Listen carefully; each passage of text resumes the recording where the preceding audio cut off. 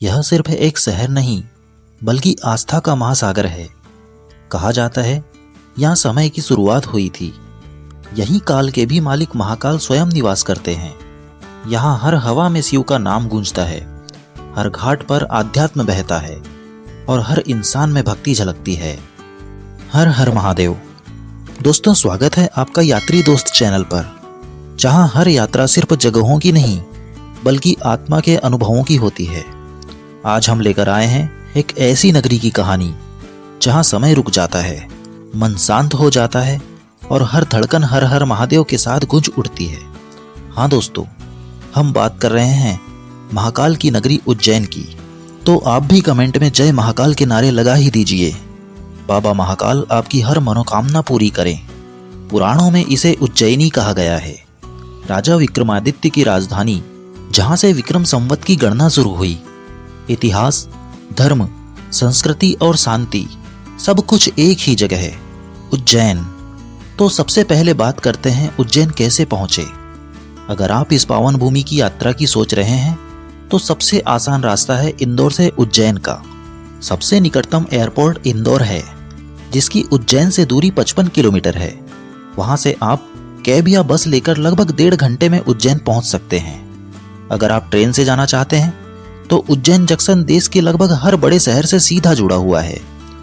और अगर आप अपनी कार से जाना चाहें तो भोपाल, नागदा, रतलाम या कोटा से हाईवे के रास्ते भी उज्जैन की बहुत सुंदर ड्राइव है। रास्ते में जब पहली बार आपको महाकाल की नगरी में आपका स्वागत है का बोर्ड दिखाई देगा, यकीन मानिए मन में एक अलग ही भाव जाग उठेगा। अब जानेंगे कि उज्जैन में रुकना कहाँ है। उज्जैन आने वाले हर यात्री का स्वागत यहाँ बड़े अपनेपन से किया जाता है। यहाँ आपको हर बजट में ठहरने के विकल्प मिलेंगे। अगर आप सादगी और शांति चाहते हैं तो महाकाल मंदिर के पास की धर्मशालाएं या महेश्वरी धर्मशाला बहुत उपयुक्त है। अगर परिवार के साथ हैं तो मध्य प्रदेश टूरिज्म का सिप्रा रेसिडेंसी या होटल शांति पैलेस आरामदायक विकल्प है। और अगर आप लग्जरी पसंद करते हैं तो अंजुश्री रिसॉर्ट या रुद्राक्ष क्लब एंड रिसॉर्ट बेहतरीन है। लेकिन सबसे अच्छा एहसास तब आता है जब आप महाकाल मंदिर के पास में रुकते हैं और सुबह सुबह शंख की आवाज के साथ नींद खुलती है। ऐसा लगता है मानो खुद महाकाल आपको पुकार रहे हों। अब बात करते हैं महाकालेश्वर ज्योतिर्लिंग की। दोस्तों, उज्जैन की असली पहचान है श्री महाकालेश्वर ज्योतिर्लिंग।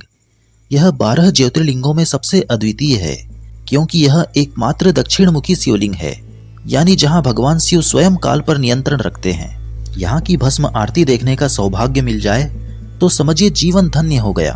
यहाँ हर सुबह 4 बजे भगवान महाकाल को चिता की भस्म से सजाया जाता है। इस दृश्य में भक्ति, शक्ति और रहस्य तीनों का संगम होता है।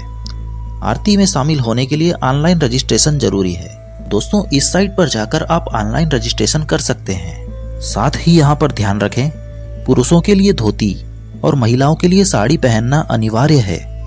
अब बात करते हैं महाकाल लोक की। ये एक ऐसा स्थान है जहाँ पौराणिकता और आधुनिकता एक साथ झलकती है। 900 मीटर लंबे इस कॉरिडोर में भगवान शिव के 100 से अधिक रूपों की विशाल मूर्तियां, शिव लीला को दर्शाते हुए सुंदर भित्ति चित्र और आकर्षक लाइटिंग देखने लायक है। रात के समय जब यहाँ दीप जलते हैं और मंत्रों की गूंज उठती है तो लगता है जैसे खुद कैलाश पर्वत यहीं उतर आया हो। इसके अलावा उज्जैन में और भी दर्शनीय स्थल है, जैसे काल भैरव मंदिर। यहाँ भक्त भगवान भैरव को शराब का प्रसाद चढ़ाते हैं। ये परंपरा पूरी दुनिया में सिर्फ यहीं देखने को मिलती है। हरसिद्धि माता मंदिर, ये 51 शक्तिपीठों में से एक है।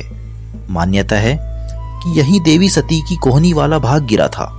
यहाँ की दीप आरती में हजारों दिए एक साथ जलते हैं। एक ऐसा दृश्य देखने को मिलता है जो आंखों में बस जाए। रामघाट, जो कि सिप्रा नदी के तट पर है और यहीं पर प्रसिद्ध कुंभ का मेला लगता है। सूर्यास्त के समय जब नदी के जल पर दीपक तैरते हैं तो लगता है जैसे धरती पर तारों की बरसात हो रही है। सिद्धवट, यह उज्जैन का पितृ तीर्थ है, जहां तर्पण करने से आत्माओं को शांति और मोक्ष मिलता है। गणेश मंदिर, यहाँ भगवान गणेश के चारों स्वरूप एक साथ दर्शनीय हैं। बाल गणेश, तरुण गणेश, वृद्ध गणेश और सिद्ध गणेश। अब चलते हैं उज्जैन के भोजन की ओर। उज्जैन का भोजन उतना ही पवित्र है जितना यहाँ का वातावरण। महाकाल मंदिर के पास प्रसादालय में 30 रुपए में भरपेट सात्विक भोजन मिलता है।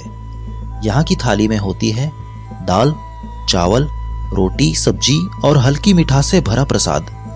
अगर आप बाहर खाना चाहते हैं तो फ्रीगंज मार्केट या टावर चौक जा सकते हैं, जहाँ पोहा जलेबी, लस्सी और समोसा आपकी थकान पल भर में मिटा देंगे। अब देखते हैं उज्जैन की यात्रा में कितना खर्च आएगा। अगर आप 2 दिन की यात्रा प्लान कर रहे हैं तो उज्जैन बहुत बजट फ्रेंडली डेस्टिनेशन है। अब आप मान लो इंदौर से आने जाने का किराया 500 से 700 रुपए, होटल या धर्मशाला में 1000 से 2000 रुपए, भोजन और प्रसाद में 500 से 700 रुपए और लोकल दर्शन में 400 से 600 रुपए, मतलब कुल मिलाकर 2500 से 3500 रुपए प्रति व्यक्ति खर्च आ सकता है। और बदले में जो शांति मिलेगी उसका तो कोई मूल्य ही नहीं है। और दोस्तों, यहाँ आने के समय की बात करें तो उज्जैन घूमने का सबसे अच्छा मौसम अक्टूबर से मार्च तक का है। मौसम सुहावना, भीड़ संभालने योग्य और अनुभव अविस्मरणीय होता है। लेकिन अगर आप भक्ति के असली रंग देखना चाहते हैं तो महाशिवरात्रि या सावन महीने में आएं। उस समय पूरी नगरी शिवमय हो जाती है।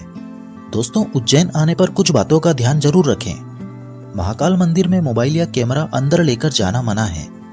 आरती के लिए पहले से परमिशन ले लें। मंदिर और घाटों पर साफ सफाई का ध्यान रखें। शांति से दर्शन करें, जल्दबाजी ना करें।